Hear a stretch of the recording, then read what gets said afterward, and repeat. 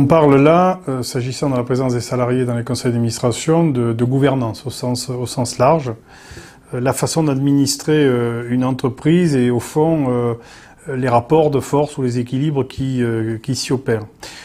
Concernant la CFE-CGC, mon organisation, donc nous avons toujours été à promouvoir la participation directe des salariés aux organes de gouvernance de l'entreprise.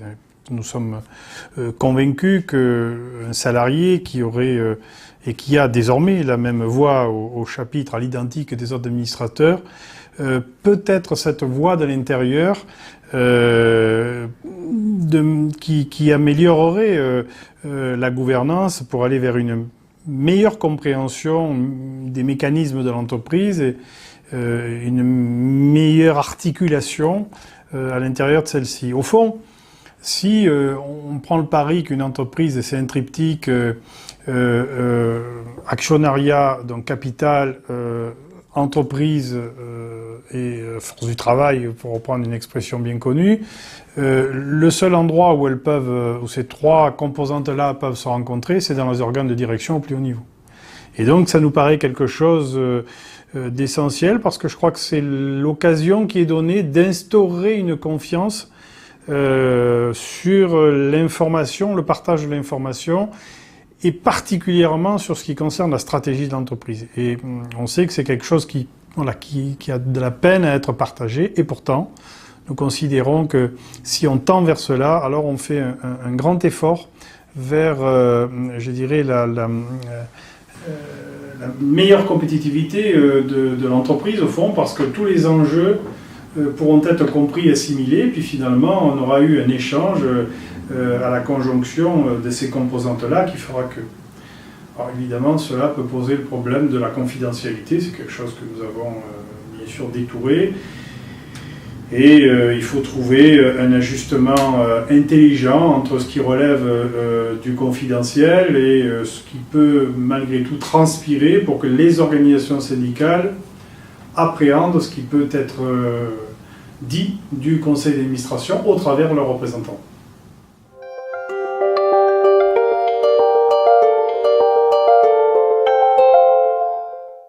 Alors, pour moi, indéniablement, oui.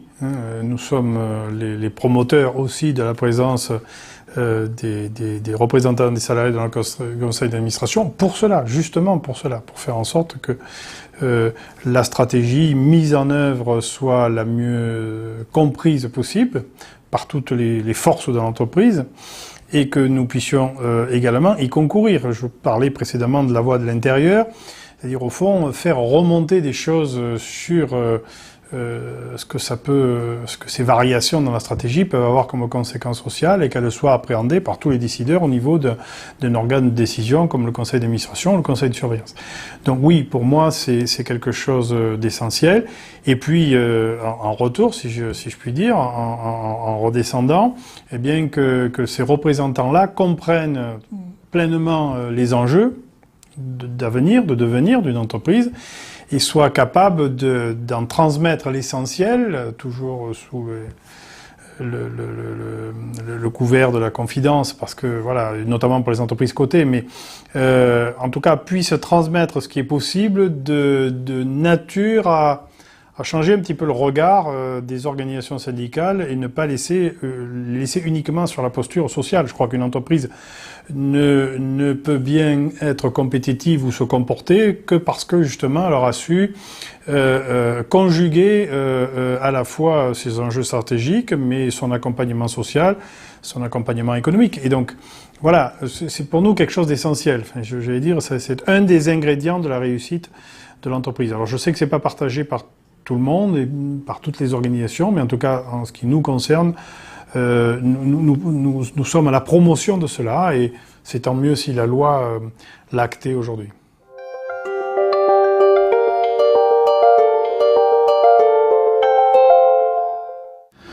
Alors, écoutez, je suis de nature optimiste, donc je me dis qu'on a franchi un pas. Il serait bon d'en franchir un deuxième et peut-être un troisième demain, aller vers peut-être plus de partage. Et au fond, ce qui pourrait symboliser le mieux, alors concernant ces instances que sont les comités d'entreprise ou les comités centraux de groupes européens, au fond, ce serait de pousser le curseur un peu à la mode allemande, c'est-à-dire, pourquoi pas donner la présidence à la représentation des organisations syndicales, peut-être en alternance d'ailleurs, hein, avec la représentation patronale ou de l'entreprise. Au fond, je vis dans une entreprise, en ce qui me concerne, du moins je suis issu d'une entreprise qui avait cette culture-là, notamment côté allemand. Ça semblait naturel et je me dis que voilà, ça pourrait être le prochain pas que nous pourrions franchir, avec des règles à définir bien entendu. Mais je crois que ça changerait le regard. Aussi bien peut-être de la partie employeur que de la partie des organisations syndicales, parce que voilà, peut-être que les conséquences de nos actes se mesureraient aussi à l'aune de cette responsabilité-là. Donc moi j'y suis très très favorable bien entendu, mais bon, il peut y en avoir d'autres. Il y a par exemple probablement des choses à repenser sur l'articulation des instances représentatives entre un comité central et un CHSCT. On voit bien qu'aujourd'hui ce sont des structures un petit peu en parallèle qui peuvent un peu se chevaucher par moments. Voilà, est-ce que on ne pourrait pas imaginer quelque chose de plus, peut-être de plus simple, sans gommer les aspects étudiés dans une instance comme dans l'autre, mais voilà, qui soit peut-être un peu plus efficace aussi, parce que je pense que quelquefois ça l'est pas nécessairement. Mais je gage, en tout cas, qu'avec la mise en place de la banque de données unique, ou la banque de données économiques et sociales, on a là aussi franchi un premier pas qui verrait se construire une autre façon d'échanger les informations. Et en tout cas beaucoup plus en dynamique que ce n'est le cas aujourd'hui. Donc c'est le but recherché par le législateur sur le sujet. Nous pourrions imaginer que dans quelques années, en régime stabilisé, cette banque de données unique, enrichie au fil de l'eau, semestre après semestre, eh bien, puisse permettre aux organisations syndicales d'avoir le matériau nécessaire en matière d'information pour ajuster en permanence leur action et leur vision. Donc, voilà, je gage que si cette chose-là se met correctement en place, alors on pourra évoluer plus facilement. Je suis persuadé de cela. Ça démarre lentement.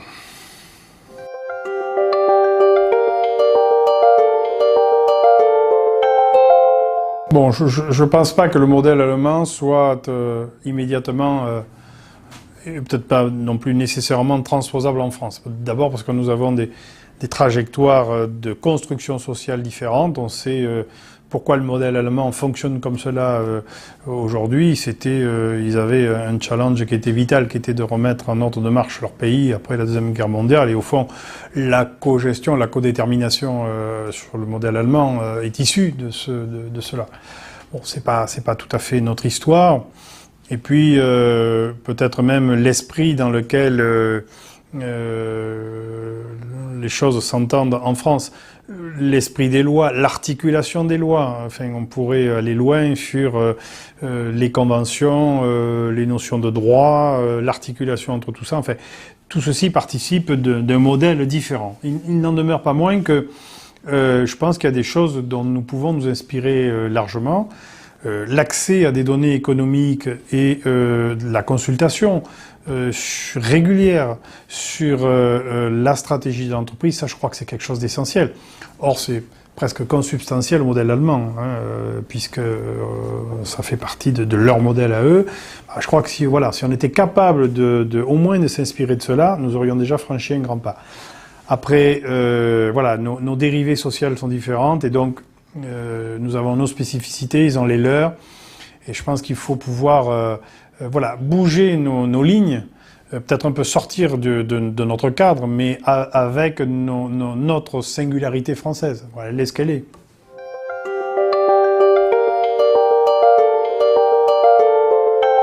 Ce que je pense qui est surestimé, c'est le risque de la confidentialité. D'abord parce qu'il est encadré.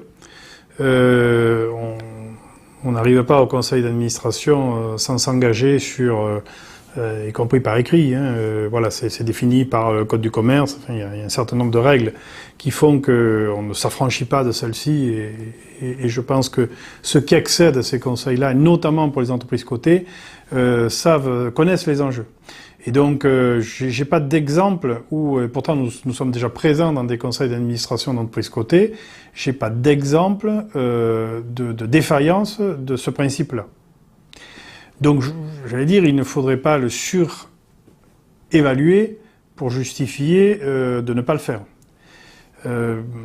Ça, c'est une chose. Et je pense que ça va suivre dans mon propos après, c'est lié aussi grandement au personnel que nous présentons ou que nous parrainons dans ces conseils. Évidemment, je pense qu'il faut une certaine formation, un certain niveau, disons-le clairement, une certaine culture d'entreprise, et notamment une culture économique déjà étayée pour pouvoir assister à ces conseils et suivre le rythme.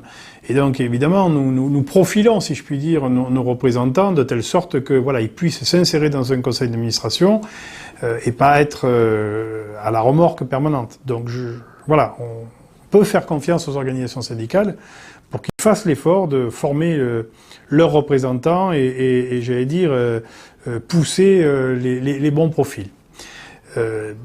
Alors après, évidemment, si vous arrivez pour la première fois dans un conseil qui tourne et où il n'y a pas de représentation de salariés, voilà, se mettre en place et trouver sa place dans un conseil, ça peut prendre un tout petit peu de temps. Mais j'allais dire, c'est aussi lié alors à deux choses. D'abord, la qualité des gens que nous pourrions y envoyer, et réciproquement de ceux qui y sont présents, bien sûr, qui ont leurs habitudes, qui ont leurs codes, qui ont leur façon de faire. Mais pour peu qu'il y ait de la bonne volonté de part et d'autre, moi je gage que ça ne devrait pas poser des problèmes. Et puis, il se peut qu'il y ait quelques exceptions à la règle qui fassent que, ça colle pas. Si c'est le cas, on peut toujours ajuster, corriger. Rien n'empêche de nous faire savoir que ça le fait pas et que donc il faut peut-être revoir les choses. On peut se tromper. Voilà. Mais encore une fois, j'ai plutôt de très bons retours, moi, dans l'autre sens. C'est-à-dire, je croise des employeurs qui me disent « Mais vous avez, madame ou monsieur, deux super représentants parfaitement dans leur rôle d'administrateur, pas de représentant des salariés, d'administrateur, tandis qu'après la dimension de ce rôle et de ce poste, avec bien sûr plutôt une matine sociale, mais quand ils sont à ce niveau-là, ils sont au même niveau, ils se mettent au même niveau que les administrateurs et ils pensent global, ils pensent entreprise. Bon, c'est l'occasion pour eux d'être un canal, un vecteur pour faire remonter la donne sociale et qu'elle soit prise peut-être à bon niveau parmi je vais dire le champ de contraintes, si je puis dire, au niveau de la décision, mais voilà, ils jouent leur rôle. Et j'ai pas de contre-exemple où on m'ait dit, mais écoutez, ça va pas, il faut revoir les choses. Alors après, peut-être que je suis un idéaliste, mais moi je gage qu'avec le temps, on se rendra compte que, et les employeurs ou les actionnaires se rendront compte qu'il y a, malgré les risques possibles, plus d'intérêt à cela que le contraire. Et puis, bon, il peut y avoir, parce que nous en connaissons, des gens qui sont un peu hostiles à cela, mais bon, si ça reste l'exception, j'espère que la masse démontrera que le législateur a eu raison d'aller vers cette disposition.